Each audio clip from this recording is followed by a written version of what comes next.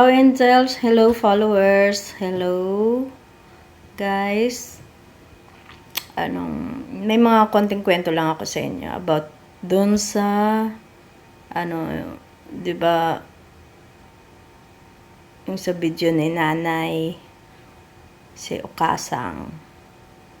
Kasi yung kwento kasi niyan, kaya nandito sa akin sa Ukasang kasi nga yung anak niya merong 4th stage cancer.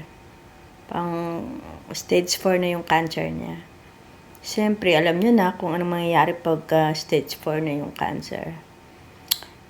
Pero pinipilit pa rin nilang baka madala sa chemo, sa ano. Kaya last year yata yun. Yan, last year siguro, yung 2 months na sasabihin na nandito lang siya sa akin, umabot yata. Ay, hindi. 1 year ago, nandito pa sila ate noon eh. Sila ate Ren. Umabot siya ng 6 months halos dito sa akin.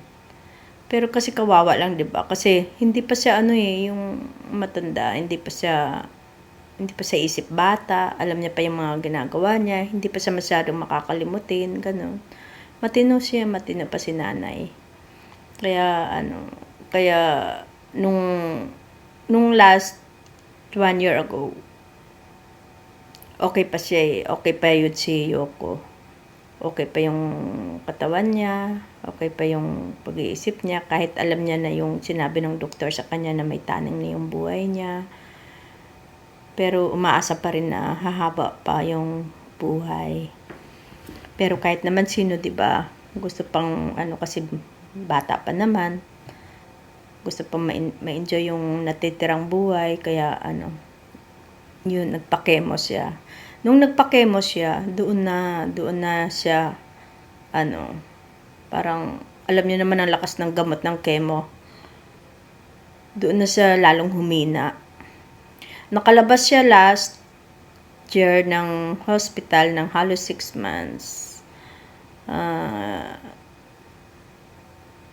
Lumabas siya sa hospital, then nakauwi ulit si nanay. Binalik ko siya doon. Kaso lang, this year, ayun na nga, sabi sa akin, 2 weeks lang. Hanggang umabot ng 1 month, 2 months, 3 months na ngayon. Ayun.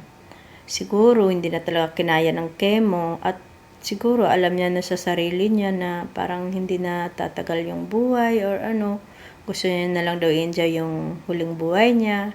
Tsaka gusto niya tumira sa bahay nila na kasama yung matanda. Kaya, kanina, kinunan ko siya ng video.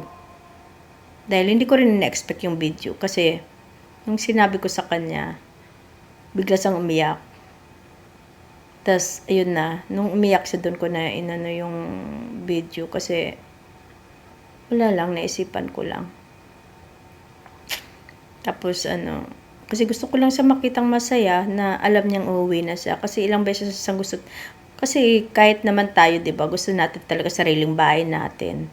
Kasi pinipilit niya, kaya ko pa, kahit mag-isa lang ako sa bahay, kaya siyempre hindi kami papayag. Kasi nga, matanda na siya. 94 years old na siya. Mamaya, kung ano pa yung sabi niya 91 siya. Nung nandito siya nung last 2 years ago, 91 pa rin siya. Hanggang ngayon, 91 pa rin siya. 'Di ba? Siguro nakakalimutan niya konti. Pero yung mga naalala niya, yung mga nakaraan niya, lagi. Yun ang mga naalala niya talaga. Tapos, yun. Kaya, nung sinabi ko sa kanya, hatid na kita. Sabi ko na ganyan, hatid na kita next week. Minsan niloloko ko siya. Hindi ka pwedeng magkasakit. Sabi ko na gano'n, kasi uuwi ka doon, hindi ka pwedeng may sakit kang uuwi, gano'n. Kaya, pag kumain ka, ubusin mo yung pagkain mo. Pag mga ganun, natutuwa naman siya. Inuubos niya talaga. Tapos, niloko-loko namin siya ni Che, ganun. Para lang kumain siya ng malakas. Sabi ko sa kanya, huwag ka nang pumili ng pagkain. Kasi nga, di ba sa edad mo naman, alam mo naman kung saan ka napatungo. Kaya kailangan, lahat ng gusto mong kainin mo na. Para, di ba, kaso lang mapili lang talaga kasi siya. Sobrang mapili sa lahat ng pagkain. Tapos, ayun, sabi ko sa kanya, ano, iuwi na kita. Tapos, sabi niya nang ganun, kumusta na kaya yung anak ko? Okay kaya yung katawan niya? Ang sagot ko na lang, kasi alam ko naman yung totoo, kasi hindi namin sinasabi sa kanya yung totoong nangyayari sa anak niya. Kasi siyempre baka magdamdam siya. Sabi ko, ay, sorry Nay, kasi nga, hindi naman yun ang pinag-usapan namin, yung sakit ni Yoko. Sabi ko, ang pinag-uusapan namin, yung kailan siya umuwi, kailan siya uuwi next week, tas ano, ay yung mga gagawin doon, or anong, kung may maitulong ba ako, or wala naman, kung kaya naman nila na kahit wala akong naitulong doon na gagawin sa bahay nila, ganun. Sabi naman ni Sino, hindi na daw, kaya niya na daw. Tapos, ayun lang, siguro, konting pera, maipapadala ko doon, ganun. Kahit sa mga gamit na lang, personal needs, ganun. Ayun. Ay, sorry. Tapos, siyempre, ang tanong dyan, siyempre, pagdating namin doon, kung ano yung mangyayari, di ba? Kung ano yung itsura, ano yung ano, kasi siyempre, di ba, mag-expect yung nanay na baka ano na siya, okay na siya. Tapos yun pala hindi okay. Kasi ang sabi niya nga kay nanay, tumawag yung anak niya, ang sabi niya kay nanay, hindi na daw siya nakakalakad. Kasi nung nagpunta kami doon, yung toilet niya na nasa tabi niya na eh. Tapos ano, sobrang hingal na siya magsalita, hindi na makausap, ganun. Pero sabi ni Papa, sasama na ako. Sabi ko, oo. Matagal ko nang sinasabi sa'yo na sumama ka doon sa Kyoto, kasi nga, hindi natin alam kung kailan, di ba, kailan matatapos yung buhay o ano. At least, nakita mo naman siya kahit papaano na nakakausap mo pa. Kaysa yung wala na, di ba, nakakapamagpakita. Ganon. Kaya, ayun, siya na mismo nag-decide na, siguro kailangan ko nang magpakita doon. Sabi ko, okay. Sabi ko, di mas okay. Matagal ko na sinasabi sa'yo yan eh. Kaya, next week, pupunta na kami doon. Kaya, hatid ko na si nanay, tapos, yan, para magkita-kita silang magkakapatid. Yun. Kaya, yun, masaya naman ako na yun yung naging desisyon ni Yoko, kasi sabi ko nga, kung ako yung mayroong sakit na stage 4, kung alam ko, hindi na siguro ako magpapakemo. Ang gagawin ko lang siguro, enjoy ko na lang yung ano. Kasi pag stage 4 talaga, 101%, napaka-imposibleng magiging okay ka pa. Mabubuhay ka pa ng matagal o ano, mukhang, di ba? Alam niyo naman yun. Kaya, ayun, okay yung desisyon niya na lumabas na lang ng hospital, kasi uubusin lang talaga yung pera, tapos wala namang mangyayari. Tapos ang nangyari pa, yung stage 4 niya, di ba, yung doon sa cancer na yun, dagdag ng ibang cancer. Nang dami niya ng cancer tuloy. Imbis na iisa lang. Hindi pa kinaya ng ano, yung hinihingal, ano ba tawag doon, yung high-end eh, tawag yan dito sa Japan. Hindi ko alam yung term niyan sa atin.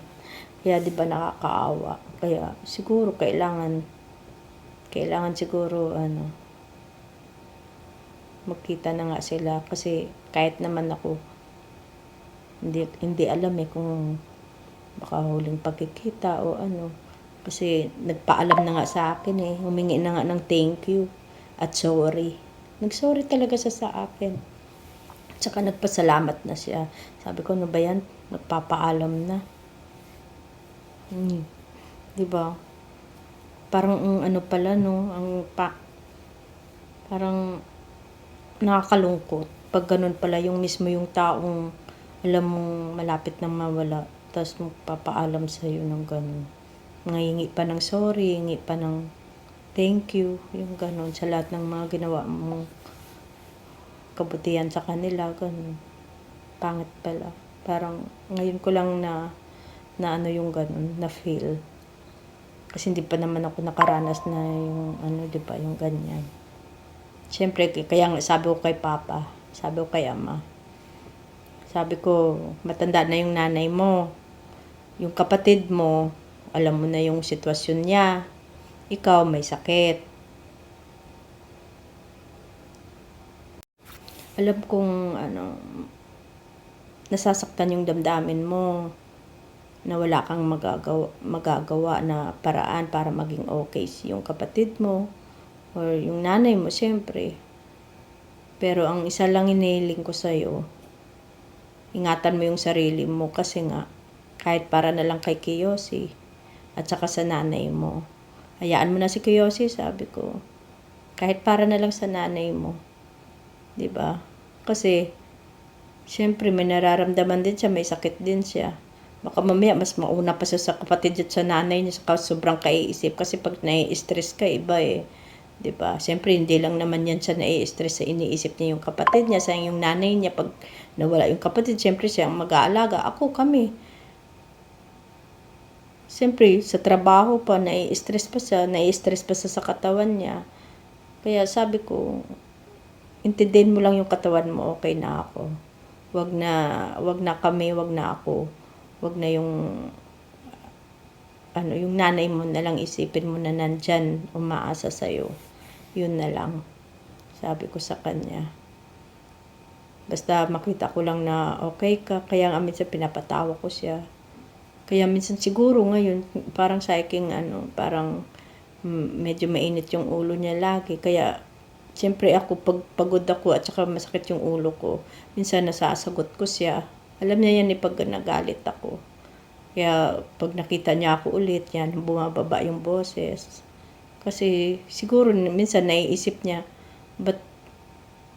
paano kung sumurrender na ako, yung ganun. Paano kung, baka minsan naiisip niya yun. Kaya pag nakikita niya ako, kahit galit na galit, kahit naiinis siya or bumababa talaga boses niya sa akin. Lalo na pag talagang tatahimik na lang yan pag pag tumaas na yung boses ko. Kasi may time talaga na ako rin nai-stress na rin, siyempre. Isipin mo ilan sila ang inaasikaso ko. Pagod din ako. Akala nyo, siyempre marami din, kahit may pera dyan, kahit iba pa rin. Pag yung katawan mo yung pagod, at saka yung isip talaga, yung utak. Pag pagod talaga yung utak mo, parang hindi mo talaga kakayanin yung sitwasyon. Dagdag pa ng pagod yung katawan mo. Minsan di ka pa nakakatulog ng maayos dahil nga kung gusto mo makatulog, hindi naman kaagad. Kaya minsan dinadaan mo na lang. Kaya nga, yan na, napapatawa sa akin, Facebook.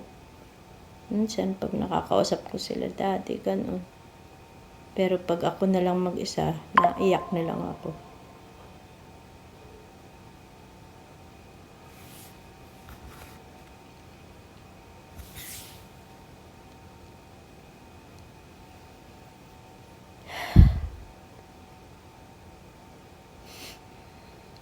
Akala nyo lang talaga masayahin ako. Masayahin naman talaga ako. Gusto ko masaya. Kasi yun yung panlaban ko sa lungkot. Sa mga, sa mga, ko sa buhay. Buti nga kahit pa paano may nakakausap ako. Kahit minsan tamad si daddy akong kausapin. At least may akong ibang tao. Kayo.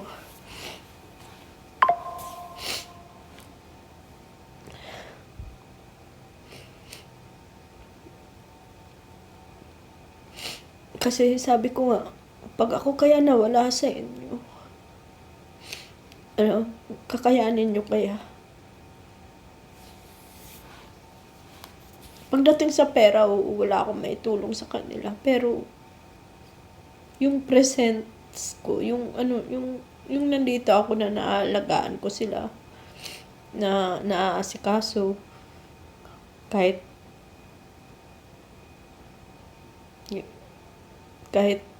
sila lahat yung nasusunod, ganun.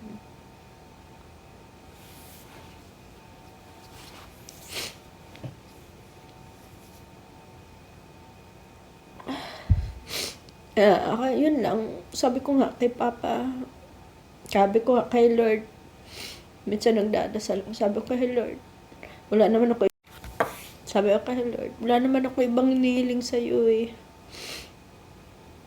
Isa lang yung hiling ko lang talaga, na isa lang talaga na kung pwede lang. Matanggal lang yung nararamdaman ni Papa na sakit ng katawan niya. Yun lang. Okay na yung ugali. Kahit sigawan niya ako dyan. Kahit ano yun niya ako dyan. Kahit hindi niya ako tawagin ng pangalan ko, okay na sa akin.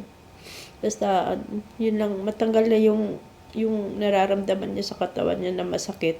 24/7 kasi yun eh. May nararamdaman talaga sa yung kabilang katawan niya. Sobrang, siguro namamanhid na masakit. Alam niyo ba pag nabibiring yung kamay niyo, 'di ba parang may karayom na tusok? Yung kalahati ng katawan niya, ganun yung nararamdaman niya. Mas malakas. Kaya minsan hindi ako makalapit sa kanya kasi pag ginanon mo siya, yung kahit hawakan mo siya, talagang masakit.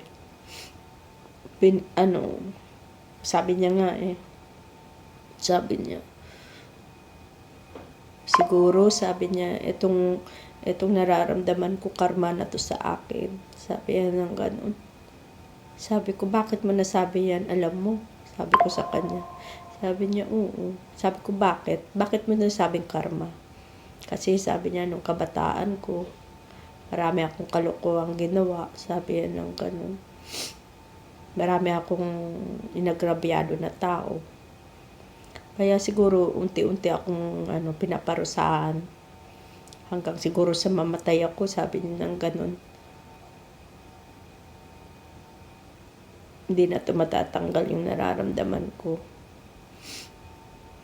Hanggang sa Kaya nga, yung sa company, kahit malaki yung bayarin namin sa tax, kahit yung minsan nagre-reklamo na ako kasi sobrang laki talaga, may ilang milyon yun. Taon-taon ganun lagi nangyayari, ilang milyon. Sabi ko, kaya nga minsan pag nagtrabaho, sabi ko ako na lang sasama sa kanila. Sabi ko, dito ka na lang sa bahay, bahala nung mabigat yung trabaho, ako na lang. Sabi ko nang ayaw niya naman. Kasi siyempre ako lang babae dito. Tsaka yung mga pumupunta mga customer, o minsan biglang napunta dito, o may kukunin sa computer, o may ng mga papeles. Kailangan nandito lang ako sa bahay. Kaya minsan, kahit wala sila dito, hindi talaga ako minsan naaalis dito sa bahay. Kasi in case emergency, makakatakbo ka agad ako, makakapunta sa kanila, or may mapupuntahan ko yung bangko, yung ganun. Yung gusto mong pumasal, hindi mo magawa. Maliban lang siguro kung halimbawa, ganun, sasabihin niya, bukas wala talagang pasok, kahit walang pasok, ganun yan. Makakaisip ako na, labas naman tayo, ganun. Pero kita niya naman, mga tamad din tong mga kasamaan ko. Yayain mo, puro wag na. Mas gustuhin na lang nilang matulog. Kaya minsan may time na gusto mong wala din. Kaya naiipon minsan yung stress, yung pagod. Yun, sana pag uwi ni nanay, yun, kahit pa paano, yun, mababawasan na rin yung pag-aalala ko. Kasi at least magkasama na sila doon sa Kyoto ng anak niya. Ganun. Kaya, ayun, siguro, sana maging okay nga si Yoko. Hindi sa at saka si Papa pati. Gusto ko okay sila. Kasi itong dalawa naman sa kabila, okay naman din sila. Lagi ko naman sila na nakikita, lagi ko silang kasi ayaw ko kahit isa sa kanila karoon ng sakit, kahit si Kurt, kahit siyempre. Kasi isa sa kanila magkaroon ng sakit, lahat yun, cargo ko lahat kasi yun Ako lahat kikilos, ako lahat walang maasahan. Kaya hindi rin ako pwedeng magkasakit. Kaya nga, di ba, pag nagkasakit ako, damay sila lahat. Kasi walang kikilos, wala silang kakainin, wala silang yung hirap minsan. Ayun. Hanggang dun lang yung kwento ko about sa kanila Papa, sa kay nanay, sa amin.